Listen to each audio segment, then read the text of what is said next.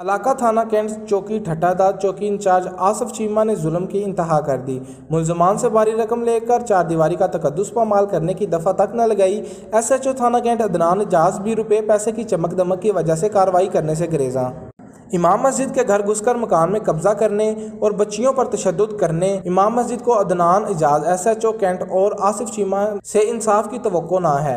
ज़बरदस्ती घर में घुसकर कब्जा करने और मासूम बच्चियों पर तशद्दुद करने और इमाम मस्जिद की बीवी को बालों से पकड़कर घसीटने और जबरन तशद्दुद करने और आतशी असले की नुमाइश डंडों सोटों आम इस्तेमाल करने और ज़बरदस्ती मकान से सामान गली में फेंक देने पर यह सवालिया निशान है। SHO कैंट ठट्ठादार चौकी इंचार्ज आसफ चीमा इससे पहले भी लद्देवाला वड़ाइच चौकी इंचार्ज भी रह चुका है, जहां से रिश्वत लेने की वजह से मुअत्तल भी हुआ था।